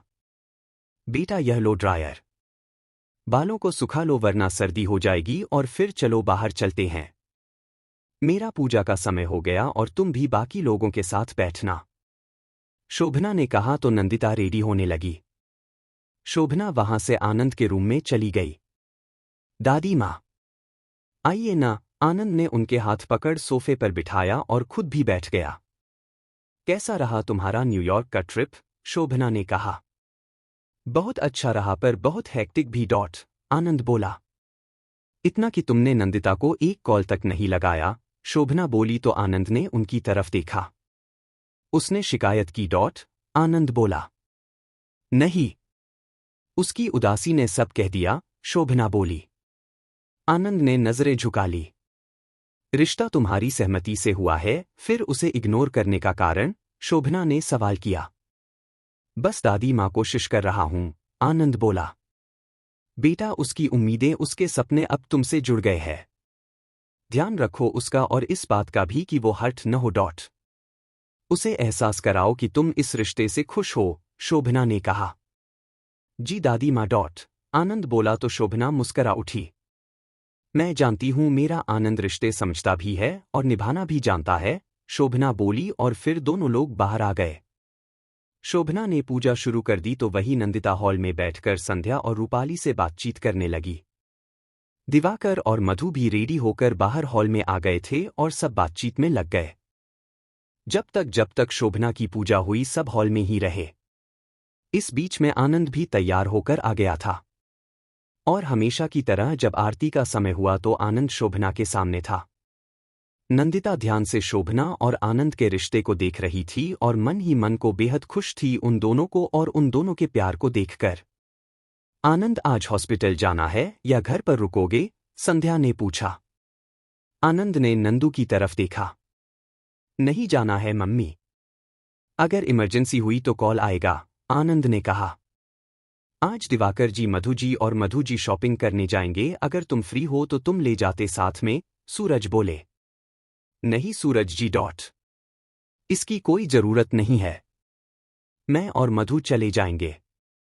सामान खरीद के वहीं से भेज देंगे, हमारे एक परिचित की गाड़ी जा रही है आज शाम जबलपुर। आप लोग परेशान न हो, दिवाकर बोले। नंदू भी आपके साथ ही रहेगी घर पर और आपके साथ समय बिताएगी। हमें तो बस थोड़ा शादी का सामान लेना है, बच्चों का कोई काम नहीं है, मधु बोली। ठीक है फिर मैं ड्राइवर को बोल देती हूँ, संध्या ने कहा। थोड़ी देर बाद दिवाकर और मधु मिंटू प्रांशु को लेकर शॉपिंग करने निकल गए। वैसे भी उन्हें शादी के लिए गिफ्ट वगैरह खरीदने थे जिनमें नंदिता का कोई काम नहीं था, और दूसरा वह लोग चाहते थे कि नंदिता यहाँ आई है तो कम से कम उन लोगों के साथ समय बिताए। नंदिता हॉल में बैठी थी। उसे रूबी और मिताली, अरुणा, संध्या और रूपाली ने घेरा हुआ था। वह सब उससे बातचीत कर रहे थे। अर्नव और निमेश ऑफिस चले गए थे तो वही सूरज और अमृत भी ऑफिस निकल गए थे। शोभना अपने कमरे में आराम कर रही थी। आनंद अपने कमरे के बाहर बेचैनी से घूम रहा था। उसे नंदिता से बात करनी थी पर उसे मौका ही नहीं मिल रहा था। तभी किसी काम से रूबी उधर आई तो आनंद ने तुरंत उसे रोक लिया। हाँ भैया बोलो, रूबी बोली। मुझे तेरी हेल्प चाहिए रूबी डॉट, आनंद ने कहा। मेरी हेल्प चाहिए? रूबी ने आंखें छोटी करके कहा। मुझे नंदिता से बात करनी है थोड़ी देर अकेले में। प्लीज उसे लेकर टेरेस पर आ जा, आनंद ने कहा। ठीक है लाती हूं, रूबी बोली। और हाँ वहां हल्ला मत करना वरना सब मजाक बनाएंगे, आनंद बोला। आप चिंता मत करो भैया, किसी को पता भी नहीं चलेगा। वैसे भी मम्मी और बड़ी मामी नानी के कमरे में है और छोटी मामी बाजार निकल गई है। मैं लेकर आऊंगी भाभी को, किसी को पता ही नहीं चलेगा, रूबी बोली और वापस हॉल में चली गई। आनंद ने एक नज़र हॉल में बैठी नंदिता पर डाली और फिर वो एक पैकेट लेकर टेरेस पर चला गया। भाभी चलिए आपको हमारा टेरेस दिखाती हूं, रूबी ने कहा तो मिताली ने उसकी तरफ देखा। बदले में रूबी ने उससे आंख मार दी तो मिताली समझ गई कि रूबी नंदिता को आनंद के पास लेकर जा रही है। टेरेस? नंदिता बोली। आपके घर के जैसा खूबसूरत टेरेस गार्डन तो नहीं है। हमारे यहाँ तो पीछे पूरा गार्डन है पर टेरेस हमारा बहुत अच्छा है। वहां से पीछे का हिस्सा बहुत अच्छा दिखता है, रूबी बोली। हाँ भाभी आपने पूरा घर देख लिया है, पीछे गार्डन और स्विमिंग पूल भी देख लिया है, अब टेरेस ही रह गया है, देख लीजिए वो भी, मिताली ने कहा। चलिए आपको टेरेस दिखाती हूं, रूबी बोली। हाँ चलिए, नंदिता ने कहा और वह रूबी के साथ सीढ़ियों की तरफ चल दी। मिताली तू कमरे में चल मैं आती हूं, रूबी ने कहा तो मिताली भी कमरे में चली गई। बाकी लोग हॉल से पहले ही चले गए थे तो किसी को पता नहीं चला कि नंदिता रूबी के साथ कहाँ गई है। ऊपर की सीढ़ी पर पहुंच रूबी ने नंदिता को देखा। भाभी आप चलो, मैं जरा मेरा फोन भूल गई हूं। 2 मिनट में लेकर आती हूं, रूबी बोली। हाँ ठीक है, नंदिता ने कहा और टेरेस पर आ गई। रूबी वहां से वापस चली गई। टेरेस पर आकर नंदिता ने देखा कि आनंद वहां रेलिंग से टेक लगाए खड़ा उसे ही देख रहा है। आनंद को देखते हैं नंदिता के दिल की धड़कनें एकदम से बढ़ गई और वह समझ गई कि रूबी ने आनंद के कहने पर ही उसे यहाँ छोड़ा है। नंदिता के कदम वहीं पर रुक गए और वह आगे नहीं बढ़ी तो आनंद उसके पास आया और उसने अपना हाथ आगे कर दिया। नंदिता ने आनंद की तरफ देखा तो उसके चेहरे पर एक मुस्कुराहट थी। नंदिता ने अपना हाथ आनंद के हाथ के ऊपर रख दिया तो आनंद ने उसका हाथ थामा और वापस रेलिंग के पास चला आया जहां से पीछे का गार्डन में दिख रहा था। मैं सुबह से तुमसे बात करने का इंतजार कर रहा हूं पर मुझे मौका ही नहीं मिल रहा। हर कोई बस तुमको पकड़ कर बैठा है, आनंद ने कहा तो नंदू के चेहरे पर मुस्कुराहट आ गई। नंदिता ने अपने हाथ की तरफ देखा जिसे आनंद ने अभी भी थामे हुए था। आनंद के हाथ की गर्माहट से उसके दिल को एक सुकून सा महसूस हुआ। आनंद ने कुछ पल उसके मासूम से चेहरे को देखा। कितनी इनोसेंट है ये लड़की, आनंद खुद से ही बोला। कुछ कहा आपने? नंदू ने उसकी आंखों में देखा। नाराज हो मुझसे? आनंद ने पूछा तो नंदिता ने गर्दन में हिला दी। आनंद ने अपना दूसरा हाथ उसके चेहरे से लगाया और उसकी आंखों में झांका। तुमसे थोड़ा सा समय मांगा है ना मैंने नंदिता। आनंद ने कहा। जी। तो मैंने कहा कुछ कहा, नंदिता ने जवाब दिया। पता है मुझे तुमने कुछ नहीं कहा पर मुझे लगा शायद तुम मुझसे नाराज हो क्योंकि मैं 15 दिन तुमसे बात नहीं कर पाया। आनंद ने कहा। कोई बात नहीं, आपने तो पहले ही कह दिया था ना, नंदू बोली।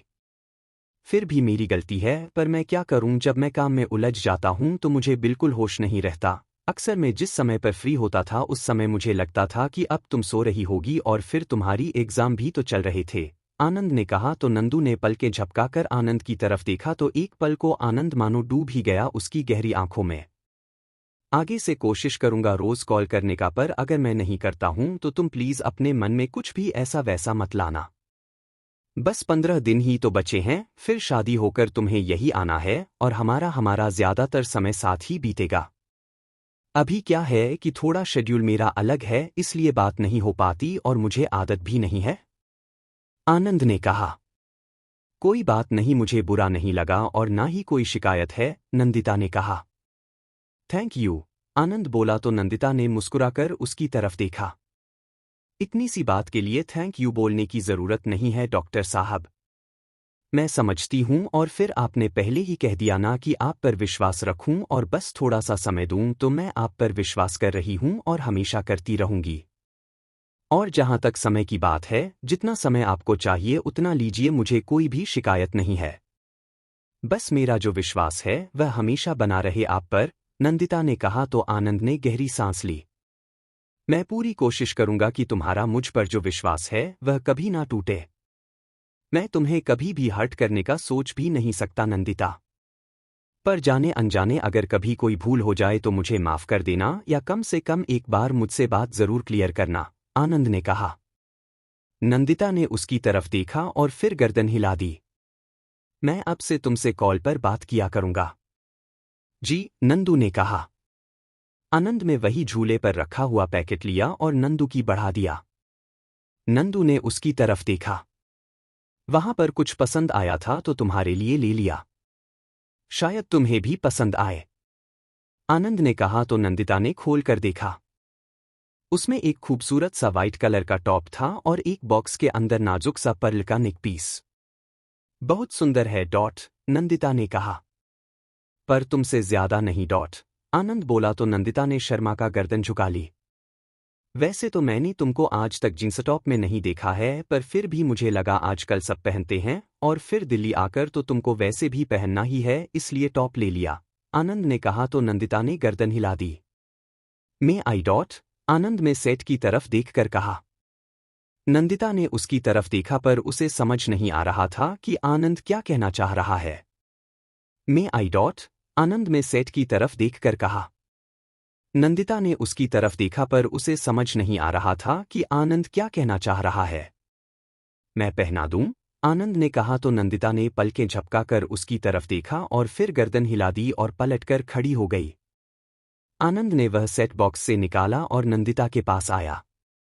नंदिता के दिल की धड़कन इस समय शताब्दी की स्पीड से दौड़ रही थी और चेहरे पर गुलाबी रंगत आ गई थी।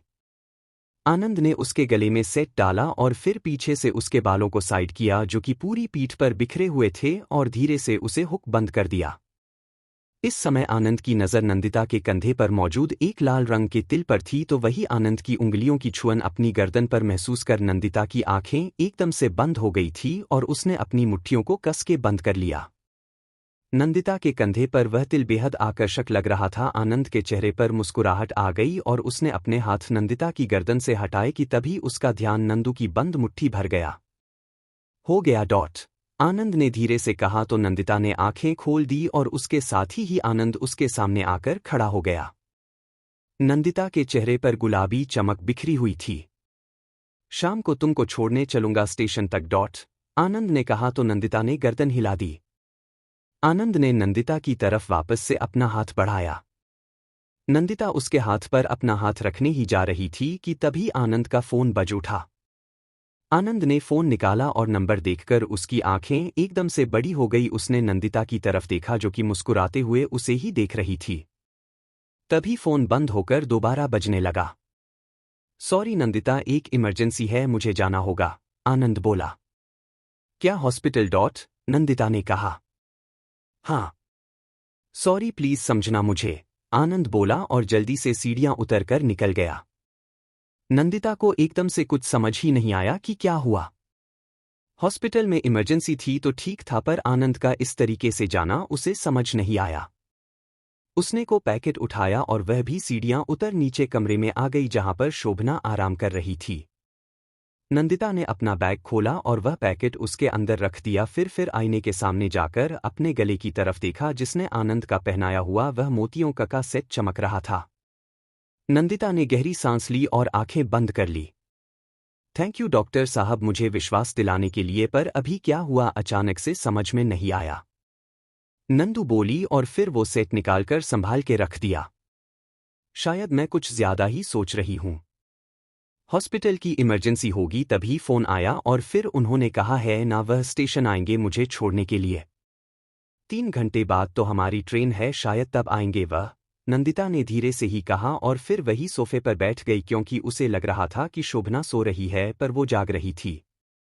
लगभग 1 घंटे बाद दिवाकर और मधु आ गए और उसके बाद सब शाम के खाने पीने की तैयारी में लग गए। नंदिता की नज़र बार बार दरवाजे की तरफ जा रही थी क्योंकि आनंद अभी तक नहीं आया था। थोड़ी देर में उन लोगों के ट्रेन का समय हो गया तो सूरज और अर्नव उन लोगों को स्टेशन छोड़ने चल दिए। आनंद नहीं आया अब तक, संध्या ने कहा। भैया से बात हुई थी, उन्होंने कहा कुछ इमरजेंसी है इसलिए वह नहीं आ पा रहे हैं, अर्नव बोला। पर तुम्हारी तो मीटिंग है मल्होत्रा के साथ, सूरज ने कहा। आप लोगों को बाहर से ड्रॉप कर दूंगा। आप अपनी गाड़ी भी ला रहे हो न, तो आप आ जाना इन लोगों को ट्रेन में बिठाने के बाद, अर्नव ने कहा और फिर वह लोग स्टेशन निकल गए। नंदिता उदास थी। आनंद ने उसे थोड़ा सा समय दिया पर फिर भी वह इस समय आनंद का इंतजार कर रही थी। उन्होंने पहले ही कहा था कि इमरजेंसी होगी तो जाना पड़ेगा, इसीलिए चले गए होंगे, नंदिता खुद से बोली और थोड़ी देर में वह लोग ट्रेन में बैठ गए। अर्नव बाहर निकल गया तभी उसका कॉल आया और वो एक तरफ खड़ा हो बात करने लगा। ट्रेन चलने ही वाली थी कि तभी दौड़ती हुई नेहा आ गई और नंदू के गले लग गई। सॉरी यार, ऑफिस में बहुत काम था इसलिए लेट हो गई, नेहा बोली। चलो कोई बात नहीं है, कम से कम तेरी सूरत तो दिख गई, नंदिता ने कहा और फिर सूरज जी से उसका परिचय कराया। पापा जी, यह मेरी दोस्त है, अभी यहाँ दिल्ली में इसने आकर जॉब ज्वाइन किया है। बाकी मेरे घर के पास ही रहती है, हम दोनों बचपन से साथ ही रहे हैं और साथ ही पढ़ाई की है, नंदिता बोली।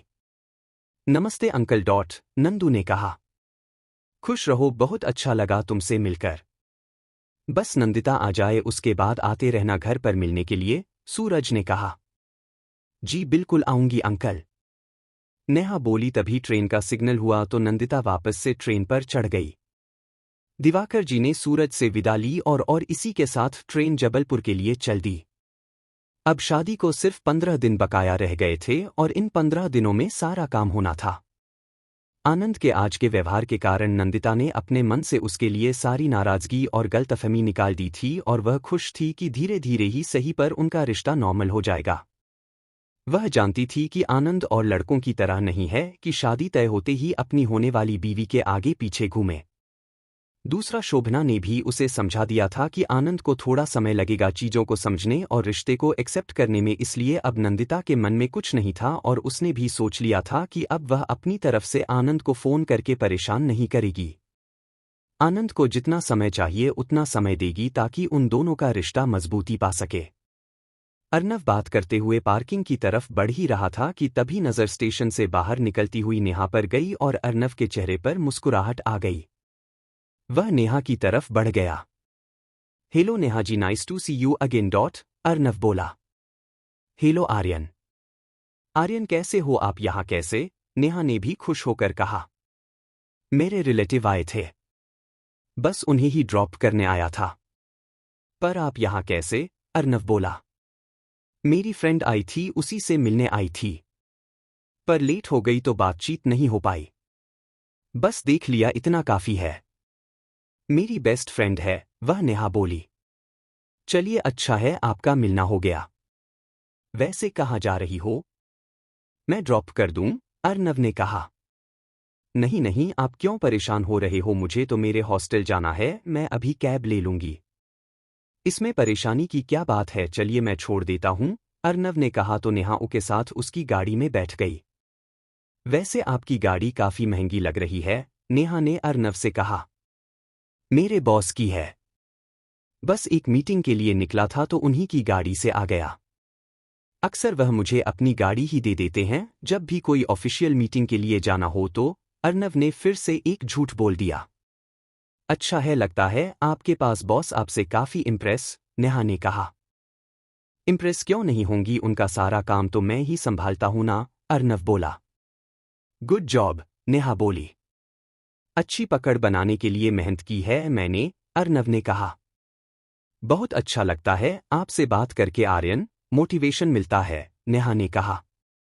तो ठीक है, इसी बात पर दोस्ती कर लो। फिर मिलना मिलाना चलता रहेगा और तुम मुझसे मोटिवेट भी होती रहोगी, अर्नव ने अदा से बालों में हाथ फिराकर कहा तो नेहा मुस्कुरा दी। बातें काफी इंटरेस्टिंग करते हो। मेरे साथ फ्लर्ट कर रहे हो, नेहा ने कहा। अरे ना बाबा, इतनी मेरी हिम्मत कहाँ है। एक अच्छी और प्यारी लड़की के साथ दोस्ती जरूर करना चाहता हूं, अगर इजाजत हो तो, अर्नव ने नेहा के हॉस्टल के आगे गाड़ी रोकी और उसके आगे हाथ बढ़ाया। नेहा ने मुस्कुराकर उसका हाथ थाम लिया। थैंक यू नेहा, और हाँ, यह मेरा नंबर है, अर्नव ने अपना नंबर उसके हाथ पर लिख दिया। जब चाहे तब मुझे कॉल कर सकती हो। आप बेफिक्र होकर, अर्नव बोला। हाँ तो हम दोस्त बन गए हैं तो बेफिक्र होकर ही कॉल करूंगी ना, नेहा ने कहा। बिल्कुल, और अब मिलना मिलाना तो चलता ही रहेगा, धीरे धीरे एक दूसरे को समझने भी लेंगे और दोस्ती भी गहरी हो जाएगी, अर्नव ने कहा तो नेहा मुस्कुरा उठी। उसने अर्नव को बाय बोला और अपने हॉस्टल में चली गई। अर्नव चेहरे पर भी एक मुस्कुराहट आई और उसने गाड़ी होटल रेडियंस की तरफ मोड़ दी है जहां पर मल्होत्रा के साथ उसकी मीटिंग होनी थी। अर्नव को नेहा अभी जानती नहीं थी पर उसके व्यवहार ने उसे प्रभावित किया था।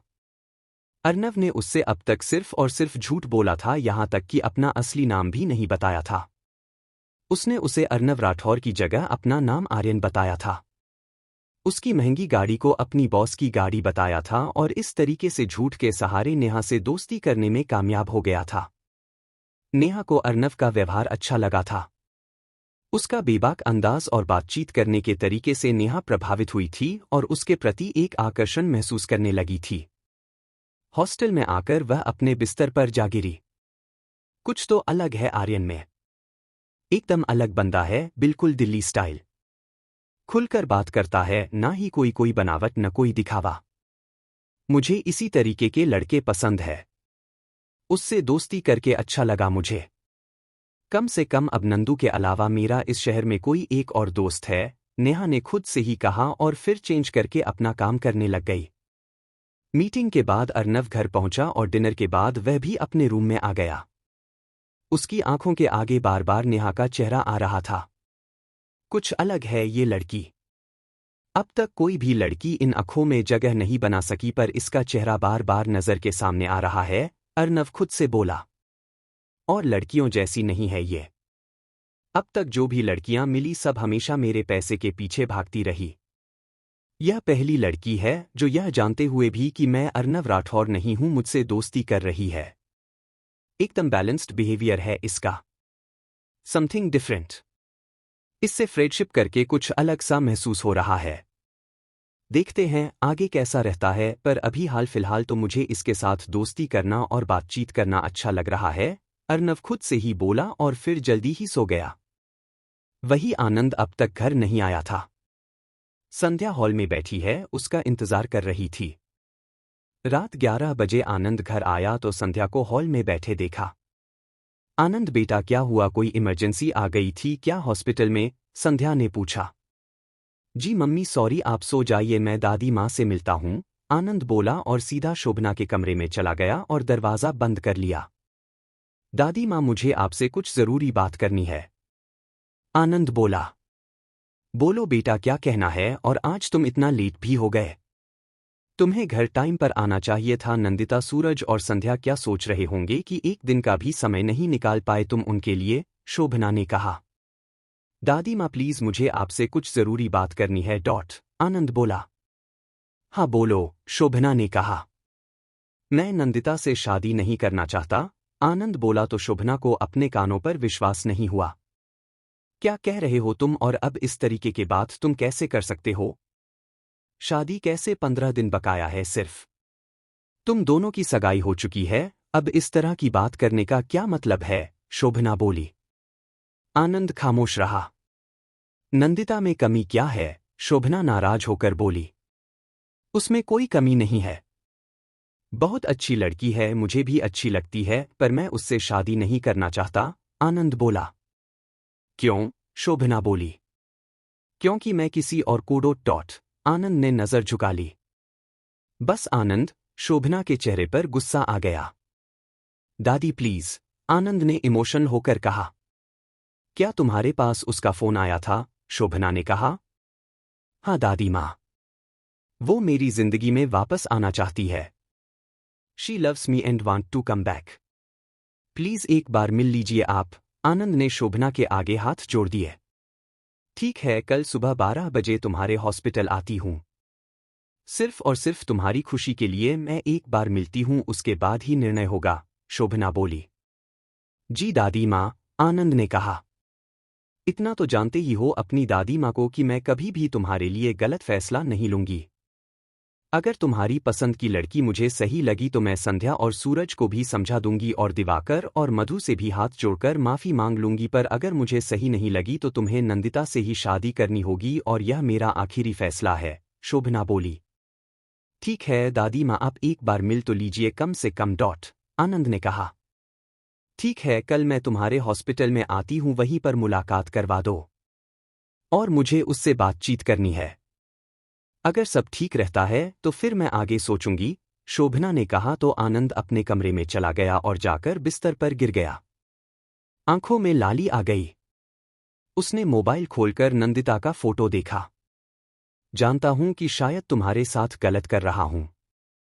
इस समय अगर रिश्ता टूटेगा तो तुमको तकलीफ होगी, पर भी यह भी एक सच है कि शायद तुम्हारे साथ रिश्ते में मैं आगे नहीं बढ़ पाऊं, और यह भी तो तुम्हारे साथ गलत ही होगा ना, आनंद खुद से बोला।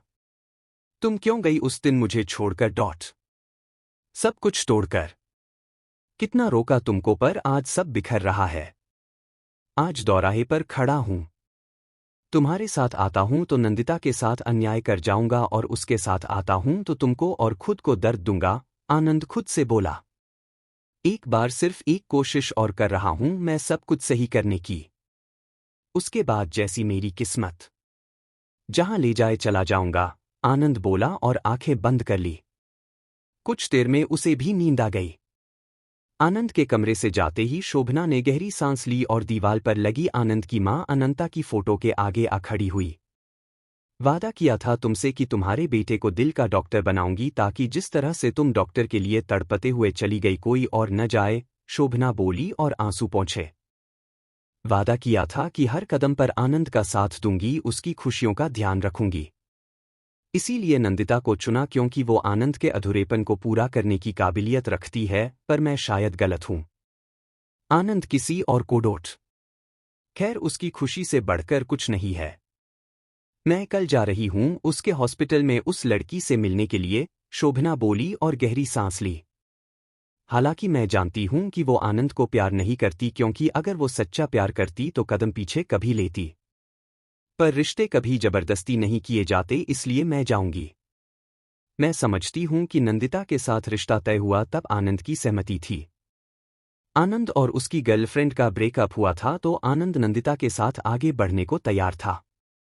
पर आज वह लड़की वापस आ रही है और आनंद को इमोशनली ब्लैकमेल कर रही है, शादी को मना करने को मजबूर कर रही है, और इस तरीके से तो आनंद कभी नंदिता के साथ नहीं जुड़ पाएगा, शोभना बोली। आंखों को पल्लू से पोंछा और चश्मा दोबारा पहन लिया। हमें आनंद की खुशी देखनी होगी या फिर यह रिश्ता? और मैंने हमेशा मेरे बच्चों की खुशी ही देखी है। अगर वह लड़की ठीक है और वाकई में आनंद को सच्चा प्यार करती है तो मैं खुद नंदिता और उसके परिवार से हाथ जोड़कर माफी मांग लूंगी, क्योंकि गलत रिश्ते से एक साथ 3 जिंदगी बर्बाद हो जाएगी, जो कि सही नहीं होगा। पर अगर वह लड़की सही नहीं हुई तो? अचानक से शोभना के कानों में आवाज गूंजी। तो आनंद नंदिता से ही शादी करेगा और उसको मनाना मेरा काम है। पर मैं जबरदस्ती नहीं करना चाहती, पहले मैं उस लड़की से मिलना चाहती हूँ, बिना मिले मैं कोई भी राय नहीं बनाना चाहती। शोभना बोली और फिर लेट गई, पर दिल बेचैन हो गया था और माथे पर पसीना आ गया। क्या होगा शोभना का फैसला?